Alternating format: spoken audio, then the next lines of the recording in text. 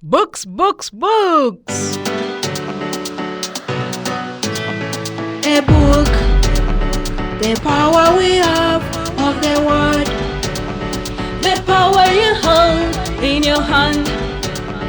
Yeah, a book today, a book tomorrow. Nourishes mind, strengthen your mind. Read for knowledge, grow in faith. Read for life, build your knowledge. A book, so you've got to read your book. Join us every Wednesday here at Radio Maria Nairobi for the Power to Read program, a book review program that introduces you to the world of books. Welcome to the Power of Reading, a book review program that discusses the latest Catholic books. A book is a dream you hold in your hand. This program is prepared for Radio Maria Nairobi and presented to you by the Daughters of St. Paul. Hello, dear listeners, and welcome once again to the Power of Reading, a book review program here at Radio Maria Nairobi, a Christian voice in your home. I am your host and presenter, Sister Beatrice from the Daughters of St. Paul, and we continue this journey we are making together with books as we introduce to you the important, classical, and latest Catholic books. And this program wants to promote and revive the reading culture among us because reading has good and lasting effects on our faith as Christians and in our everyday life. And we see great decline in this age of modern technology, which has changed the way we have access to information. And we may be led to think that books are being overtaken by the modern technology or social media platforms and so many other things that are attracting our attention. But we have to realize that after a few decades of the internet, the written word still stands tall. And even though we may have access to a lot of information through the internet, we realize that there is a special way of learning from books that we cannot achieve through the technology of communication. So this program aims at helping all of us reviving that culture of reading so that we can be able to grow in values, to develop in our faith. And the book, actually, we can say, still remains as one of the best inventions of the human race. What we have invented, among the things we have invented, actually, the written word and the book is one of the best inventions we have made. And today in the Power of Reading program, we shall review the book, The Art of Thinking. The Art of Thinking, and this is on Charts on Logic. And this book, again, is written by one of our authors whom we have already encountered in this program, Mr. Silvano Boruso, who has taught philosophy for a long time, has also had a lot of time with high school students teaching them ethics. So this book is The Art of Thinking. And I think this is a good experience to have this book. I wouldn't say it's one of the easiest books to read, but I can say it's one of the most interesting books to read because it helps us to come from what we call our comfort zones. You know, we have some comfort topics that we like to listen to, we like to read, but the art of thinking is something that is very, very important in our own experience as human beings because God has also created us with the faculty of the intellect. And Mr. Silvano Boruso, in the preface of this book, tells us that one of the handicap of modern education is to assume, without proof and against the tradition of many years, that the innate ability to think, that naturally God-given ability to think, is the same as the art of thinking systematically. And we realize that when we look at the whole area of thinking, we may not pay much attention to it because it is something that comes to us naturally. It's already a gift that God has given us. As we develop every other gift that God has given us, if you want to sing well, you have to practice singing, you have to enhance your voice. If you even want to be a public speaker, you have also to work on your way of speaking, the way you deliver things, the tone of your voice and such things. Also with the art of thinking, we have a similar experience, even though sometimes this is not obvious to us, because as soon as we are of age, we are sent to school where we are supposed to accumulate, to acquire knowledge. But sometimes this does not help us in our ability to think, not just to think in a random way as we think about normal things in life, but also to think a little bit systematically. And this thinking systematically also is very, very important, not just in our everyday life, but also in our experience of life, and also even in our experience of faith. Of course, the author says he doesn't want to teach logic, because we know that one of the branches of philosophy is logic, and this is the study of systematic thinking, trying to be able to order the way we see things in a proper manner, the way we think about things, the way we analyze things. He says that he actually doesn't want to reduce this book, The Art of Thinking, just into teaching that branch of philosophy that is logic, even though you cannot speak about the art of thinking and be able to take away the whole area of logic. Of course, the principles that are applied in this topic of logic in philosophy are also applied in this book. And he says, actually, he wants to say it's the art of thinking, but it's also a chat on logic, a simple approach, not simplistic, but a simple approach to logic. So here he says, actually, what he does not want to do is to turn this book into a scholarly book, which is out of reach of many people, but he's trying to make this systematic thinking as actually something that should be part of everyone's life. We cannot just say, oh, no, that is for just philosophers.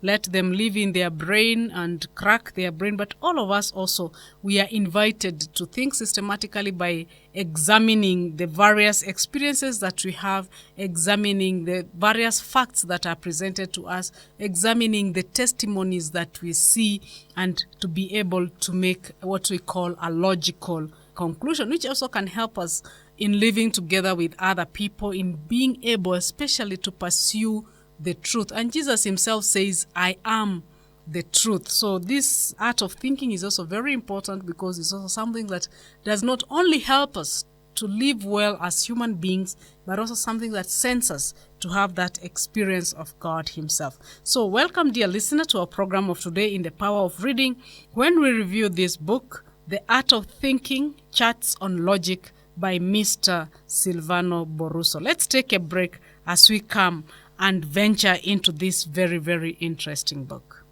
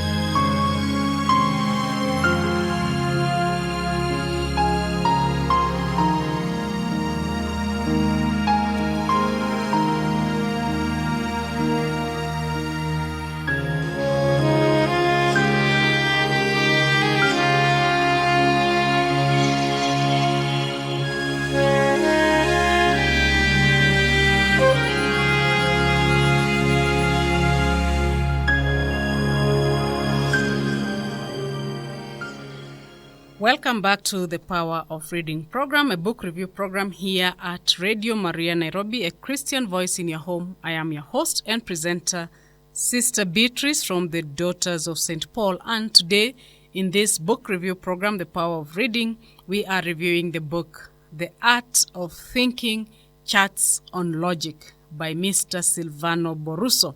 Now, this book that we are reviewing today is a book that is divided into 3 parts, and it's made up of 14 chapters. So it's not a very, very big book. Let's just have a little overview of all the topics that Mr. Silvano Boruso has presented to us in this book, The Art of Thinking.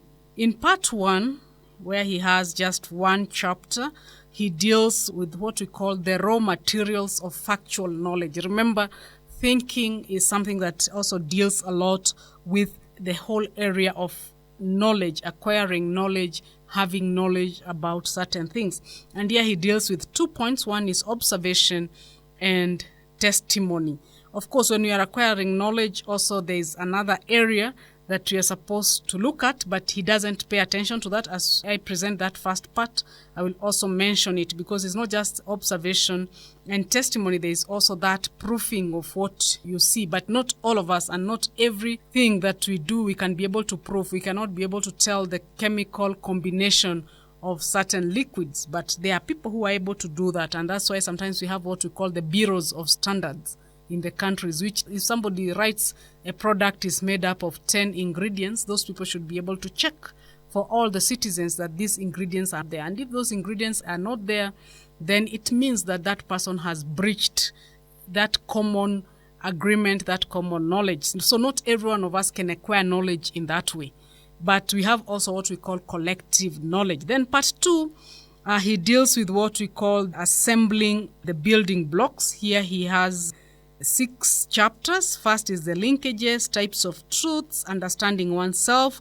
He also deals with the whole area of language. Remember, also language is part of our thinking. The way we experience life also develops our language. And we shall also see what that means, and you can also find that in the book. Then there's also the power of proof, and of course in chapter 8 he deals with food for thought. In part 3 he talks about advanced thinking, and this is wisdom. He says actually where we are trying to head to in this quest of ours in understanding the art of thinking is actually to acquire what we call wisdom. And he talks about how do we deal with falsehood. He has certain definitions that he wants us to deal with, the divisions of the areas of wisdom, thinking tools, opposition and composition when we have to discuss a certain issue, and proposition and syllogisms. These are also areas that we find in the area of logic in philosophy. So this is how this book is divided into 14 chapters. And when you look at the introduction that Mr. Silvano Boruso writes here, he says that thinking is like a well-constructed building consisting of foundations which support visible structures in a functional order. As in a building, the foundations are invisible but solid, lest the whole superstructure collapse into a rubble. And a building also has certain amount of decoration, not to be confused with the load bearing the framework.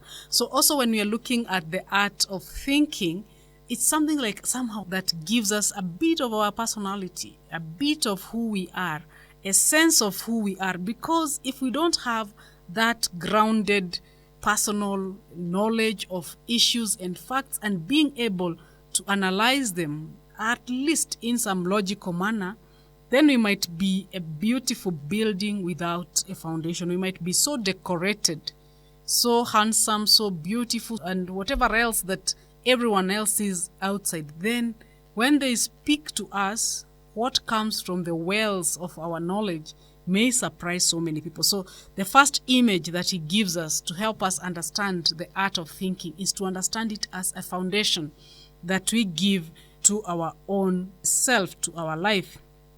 He says that the knowledge of facts, necessarily multiple and varied, is the raw material of thinking. Where do we find what we think about? And of course, we acquire this raw material, what we call knowledge of facts. We acquire it, most of it, in our childhood.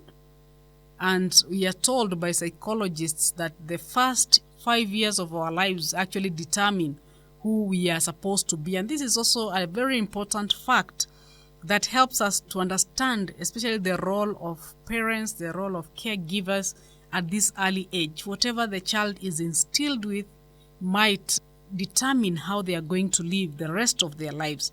Of course, there's a lot of knowledge that is acquired in and out of school. We spend so much time of our childhood, adolescence, and youth in school, so we acquire a lot of knowledge. Again, these formative years are very, very important. And of course, as life goes on, we continue to pick a lot of knowledge, a lot of experience here and there. Actually, he says that systematic thinking begins with understanding. And this is very rare but very precious commodity, because understanding is even more important than just having facts.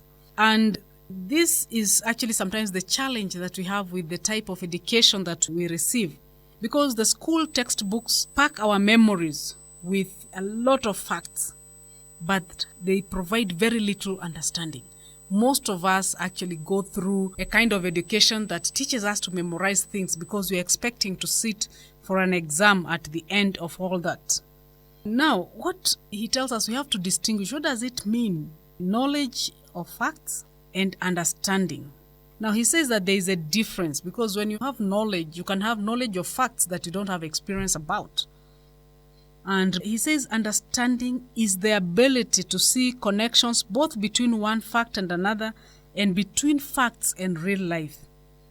And sometimes that's why we go to school and maybe we even pass very well our exams, our college courses, our university courses.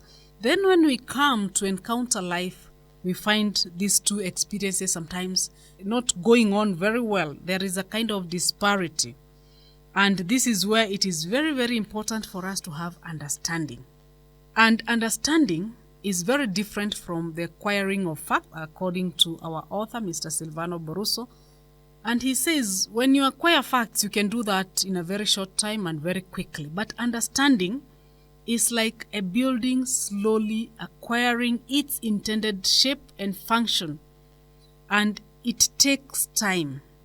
And when we talk of understanding, we have also to enter into a process. And this process, it means that I have to grow into it. There are things that I cannot understand when I'm 4 years old. I might be told I may have the facts at 4 years old, but maybe I'll be able to understand that only when I'm 20. So this is the importance of understanding. Unfortunately, understanding cannot be taught as knowledge. You can cram knowledge into your head. And as I said, or as Mr. Boruso says, is what most of us did to pass our exams. And sometimes even when we cram these things, they disappear very quickly. Sometimes if you're asked to answer the same questions that you got your A's from, it might be very difficult. And he says that in this book, you will find many examples of understanding. And this is usually from day-to-day levels, and sometimes in areas that you never thought could belong together. And this is how real life is, and how much more exciting than the sense of experience of understanding this. It is so exciting to come to this understanding. And he says, actually, when we are talking about systematic thinking, because this is what the art of thinking is about, because you can think without thinking systematically. Actually, what we are trying to do is to acquire wisdom, or even in other words, the art of ordering factual knowledge and understanding into an enduring intellectual edifice. And he says a good building shows an ordered use of space, a proportional distribution of the masses, no afterthoughts, additions, unnecessary openings, and things like that. So when we are thinking, we have to make sure that we try to look at all the pros, the cons, to try to take the time. Of course, we are not to take forever, because we cannot acquire all the knowledge at a go. But this order also that we are pursuing is not just any order, because there will be many suggestions in the journey of life how we should conduct ourselves, we should conduct life, and sometimes some systems of thinking are not correct. So he says, if we are pursuing order and we are pursuing wisdom in systematic thinking, this should be in line with what he calls the universal cosmos, how the world is ordered. And actually what happens is that he says, according to what the scholars tell us, is that our mind tries to reproduce the universe within itself. We are so created in harmony with the universe itself that somehow we try to rebuild that world within themselves. So somehow nature is able to tell us when we are in the right track and when we are not on the right track. And he says, of course, that this book is divided into 3 parts. The first part actually deals with what we call factual knowledge. The second part deals with understanding. And the last, wisdom. And he says that he does not deal with all the rules of logic. As he said, he doesn't want to reduce this into a scholarly book. But he gives some insights on logic so that they can arouse our interest, our curiosity. And if somebody wants to read that, of course, there are other books that deal at length with the whole area of logic. So this is the book that we are looking at today. The Art of Thinking, remember, is one of the faculties that God has given us as human beings, and maybe one of the faculties that also separates us from other creatures. And it is very important for us to appreciate this gift, first of all, as a gift from God, but also appreciate this gift by using it in the best way possible. So let's take a break as we continue to review the book, The Art of Thinking, Charts on Logic by Mr. Silvano Boruso.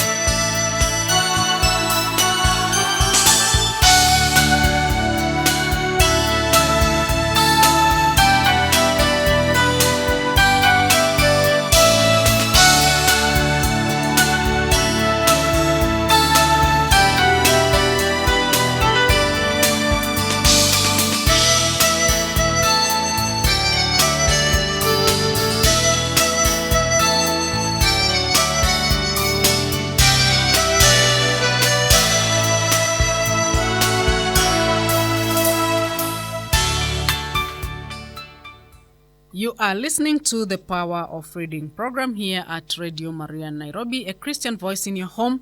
I am your host and presenter, Sister Beatrice from the Daughters of St. Paul, and today we are dealing with our mind. We are dealing with our intellect as we review the book, The Art of Thinking, Charts on Logic by Mr. Silvano Boruso.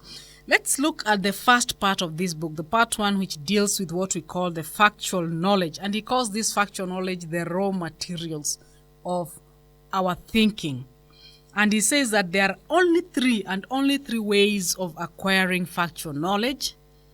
First of all, by the evidence of our senses. I can see a tree, so my senses tell me that what I'm seeing is a tree. I can smell good food being cooked, so my sense of smelling tells us that there is food being cooked.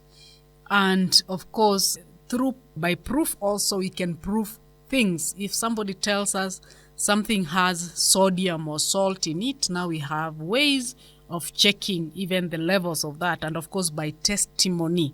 Some of us have never been to Niagara Falls, but we know it exists because the people who live near Niagara Falls have told us that there is that falls. We have a picture and we know that it is really there, and that testimony can be verified. If somebody really doubted, they can go there and find that actually there is a falls called Niagara Falls somewhere between Canada and the United States of America. Or if you are told there is something like a Congo River or Zambezi River, you may not have seen it. It's a testimony from somebody else, but it's something that helps you to acquire knowledge, and also that you can be able to, it's factual knowledge. You don't need to be a prophet to understand that. And he says that when we look at these three pathways of acquiring what we call factual knowledge, he says that the first and the third, the first being evidence of our senses and testimony, provide what he calls factual knowledge. But the second, the proof, provides what he calls digested knowledge, because this requires the understanding of chemical analysis. And this part on raw materials, when you talk about raw materials and checking things, he says in this book you'll not deal with that part of knowledge. He mentions it, but he says that he is not going to deal with that because it's not important for us in learning how to use our faculty of thinking. In chapter 1, he deals with what he calls the observation, what we observe. And he says wherever there is a functioning eye, there is vision, but not necessarily observation. So again, when we are using our senses, he says we have to go a step further. We don't just use our senses in an innate manner. In fact, sometimes we have our eyes open, but we don't see. So he says we can see without observing, and the difference is in how much attention the mind gives to what the eyes see. Because remember, our mind can wander. Even when we are listening, sometimes, especially sometimes when you are listening to some homilies, when they are too long, you reach a point where you switch off without even realizing that you are not present to what the person is saying. So that he says that what creates the difference between seeing and observing is how much our mind is giving attention to what we are seeing. And he gives a very interesting example, which actually I went even to check. He says that most of us drink soft drinks, what we call soda. And we handle the bottle top of the soda hundreds of times. And we know that this bottle top of the soda is crimped. You know, it has like some rough edges there so that it can be able to grip to the neck of the bottle. Then he says, can you ask yourself, how many crimps does it have? How many of those two rough edges does it have? Of course, most of us cannot answer that because we never looked at it, but probably there is somebody who did not only see but observed, and even out of curiosity decided to count how many these are. And he says actually they are 21. But he says that example is simplistic, is trifling, but it shows the difference between seeing and observing. And he says we can do the same with the football. Most of us like football. How many polygons and hexagons are there on a football? Actually, they are also quite standard. So he says that the art of observation is also part of the art of thinking. It's a foundation to the art of thinking. So he says when we go to school, many times we are taught to see, we are even taught what to see, but we are not taught how to observe. And actually this applies in every sphere of life, including even our prayer life, even our faith life. You know, when we talk about helping people to know God, actually we teach them how to find God. Then they are supposed to make that journey. And that's why we talk about discipleship. Because if I am the one to tell you how you should believe in God and what you should do all the time, of course there are guidelines, then you will not be making your journey. You'll be making the journey of the person who is guiding you. So he says this is very, very important. And he says that actually even this observation, we can use it in these what we call physical things. Maybe look at a bottle top, observe a football and even do the counting or any other thing in life that we encounter every day. But at the same time, he says also this observation should also be done on ourselves. And he says, can you recall the first time you observed yourself?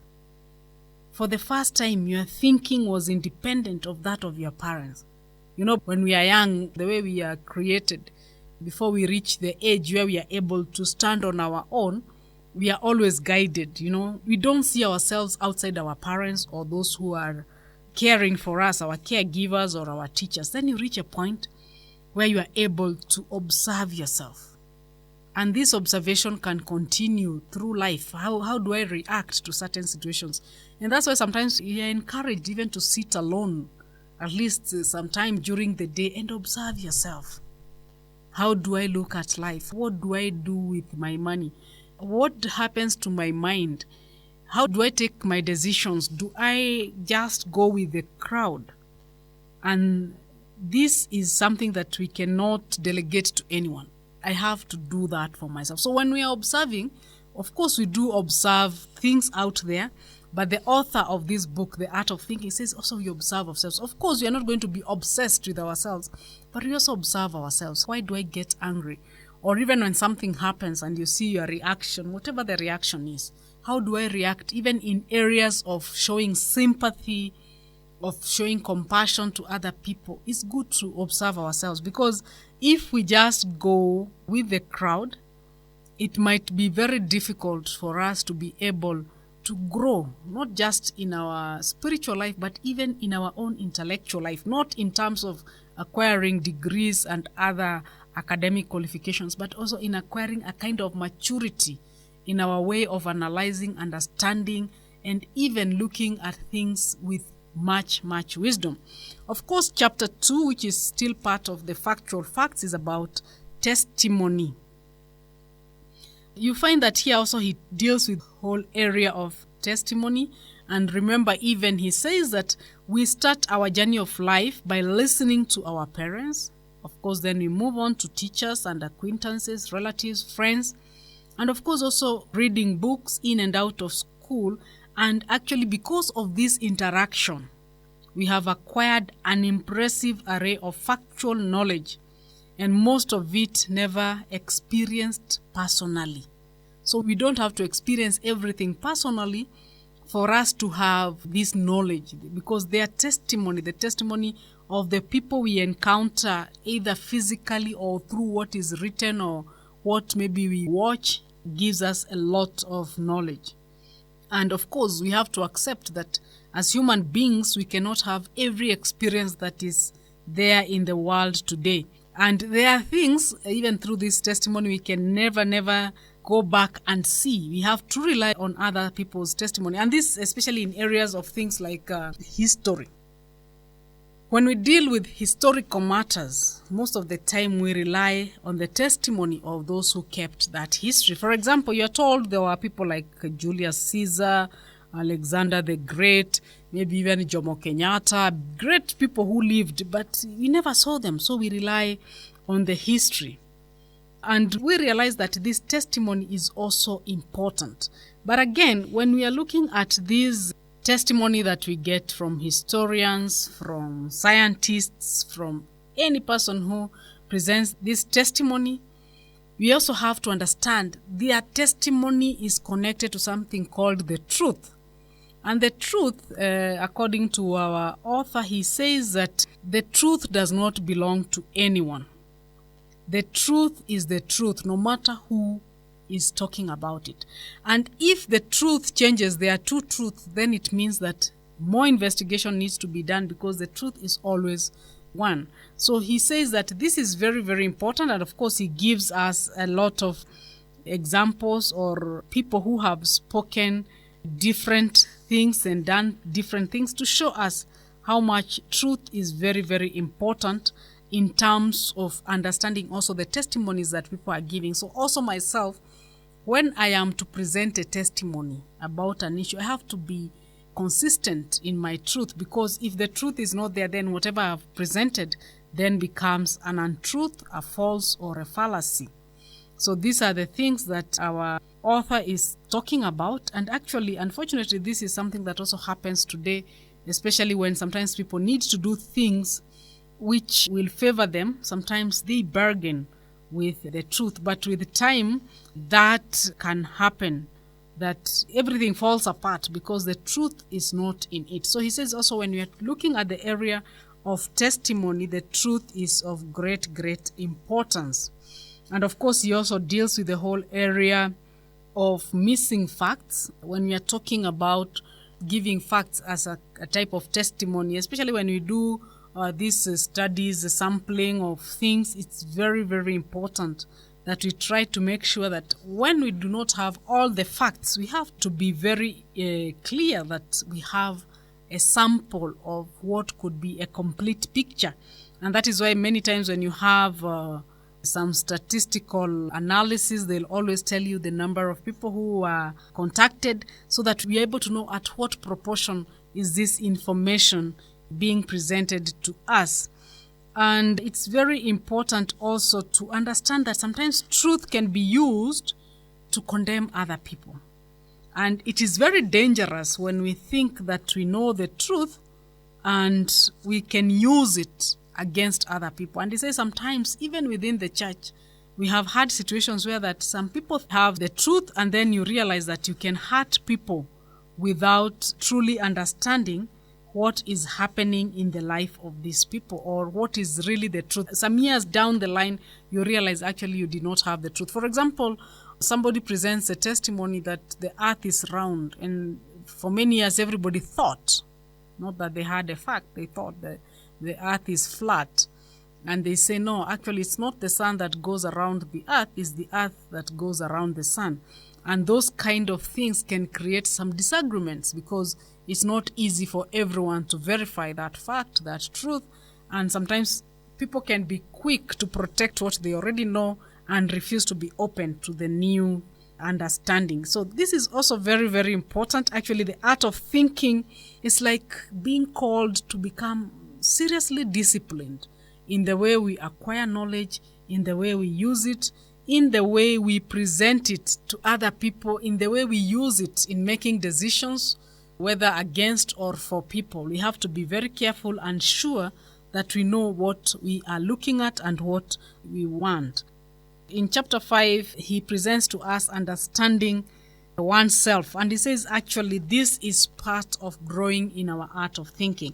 Our art of thinking has no sense, has no meaning, if I do not understand myself. There is no use of understanding all the things in the world, counting how many grooves the bottle top has. No, that is not enough. We need to understand who we are. He says that while in school, no formal classes gave you any idea that knowledge of self is the most important of all. So our aim, besides acquiring the wisdom, is also self-knowledge. And he says knowledge of self, of course, is a way of speaking. In reality, what is lacking is not knowledge, but actually understanding. When we talk about self-knowledge, actually he says we can change it into what we call self-understanding, and the ability to relate one's whole being to the rest of the universe. And he says, as St. Augustine writes in his early work, De Ordine, self-knowledge is the result of inner unity. And he compares human nature to a cycle. Unity for him means to be in the center from which every point of the circumference is equal. The farther from the center one wanders towards the circumference, the less united you are as a person. That is to be centered. He also talks about maturity, and he says that maturity does not come without also proper systematic thinking. And he talks about the difference between self-knowledge and imitation. Let us not confuse self-knowledge and imitation. And he talks about many other areas of life that are important for us to be able to understand ourselves, our relationships, how we relate with other people. So there is so much that we can say about this book, The Art of Thinking, Charts on Logic by Mr. Silvano Boruso. Of course, we may not be able to do everything. In fact, I also wanted to say something about wisdom, but I'm sure, dear listener, you should be able to get a copy of this book, The Art of Thinking, Charts on Logic, so that we can grow in our faculty of understanding. Actually, it says our thinking needs understanding, but not just a superficial understanding, an understanding that is based on teaching ourselves, helping ourselves in our area of thinking, being observant, understanding how to acquire knowledge and how to distinguish the truth, to understand the truth through our intellect, to understand that what we think has to be coherent, it has not to be opposing to any other truth that is found in the universe. So thank you, dear listener, for being with us today in our program, The Power of Reading. I really welcome you to get a copy of this book, The Art of Thinking. You can get it from any of the Pauline's books and media bookshops, wherever you are around the world, here in Kenya or in any African country. If you don't want to do that, or in your place you don't have Pauline's bookshop, you can visit our website page, www.paulinesafrica.org, and you can be able to buy these books also online. So thank you very much, and I also thank Mr. Timothy Moreithi, who has recorded this program for us here at Pauline's Studio, Nairobi. So until next week, thank you very much. Let us continue growing in our reading culture.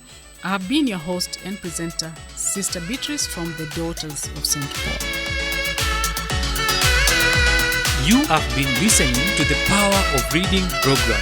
Join us next week as we continue discovering the wonderful world of books.